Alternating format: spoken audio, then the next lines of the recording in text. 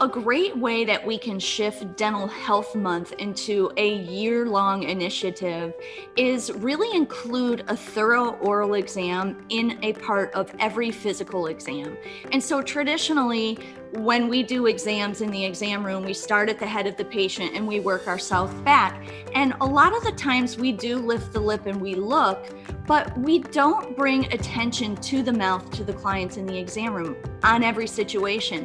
And what we're really trying to do is get the client involved in that part of the physical exam, bring them around to the front of the patient's mouth, lift up that lip, make faces if there's disease present, kind of let them know like, hey, there's a problem here, so that they're aware of it.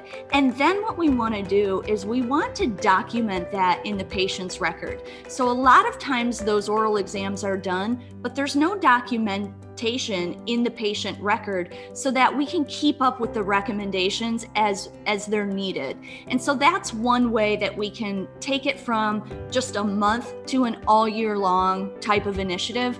The other thing to keep in mind is about every other patient that walks through a clinic's door has some form of periodontal disease. So it's not about how do we increase the number of patients that we treat on a yearly basis.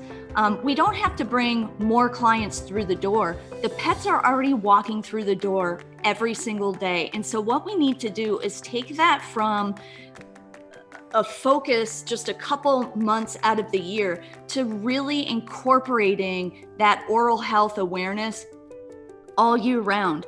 And we don't have to offer discounts.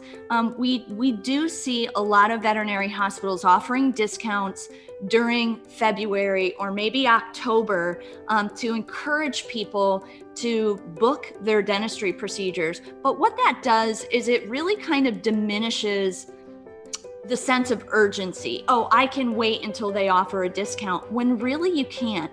So if you make the recommendation when the procedure is actually necessary, then what we can do, if you feel like you need to offer a discount, is potentially offer a compliance reward. And you can offer this all year long. So from the day you make that recommendation, if that client goes ahead and schedules that procedure, they could maybe get a discount on the home care products, or maybe you just take 10% off of the actual cost of just the scaling and polishing procedure. But there's a lot of different ways that you can encourage the clients to get their dentistry procedures 12 months out of the year by rewarding them.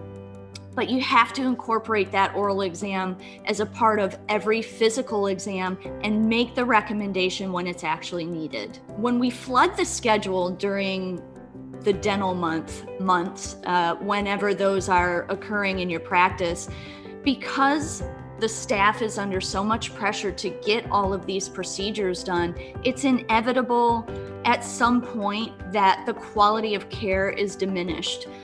Because it's so important when a patient goes under anesthesia that they get full mouth radiographs on every patient that is having a dentistry procedure, and they probe each tooth and document their findings. And that takes time.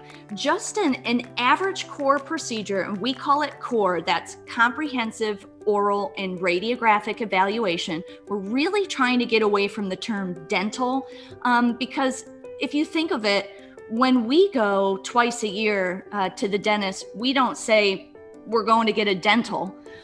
We're going to have a cleaning and prophylaxis. And so we really need to change the wording to increase the perception of value, to really bring credit to what is actually being done. This is an anesthetic procedure, and we're doing a lot, and we're making the patients healthier and feel better by doing it. And so back to what I was saying, I lost a little bit of track there, but each core procedure is about 45 minutes. And that is, we anesthetize the patient, we do that full mouth set of radiographs, and we probe and document our findings on each of those teeth. That is going to be about 45 minutes to 1 hour. That's not taking under consideration that we're going to find disease when we get those radiographs taken that needs to be treated. So that's going to add more time onto the procedure.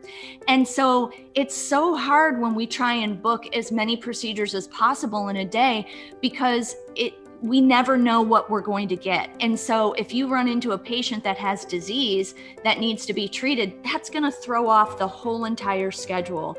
And so it's just so important that when you're scheduling procedures, you know what stage that you expect to be in as far as stage of disease, and then you schedule according to how much time each of those stages are going to require. And you can't do that by booking as many appointments in the day as you possibly can.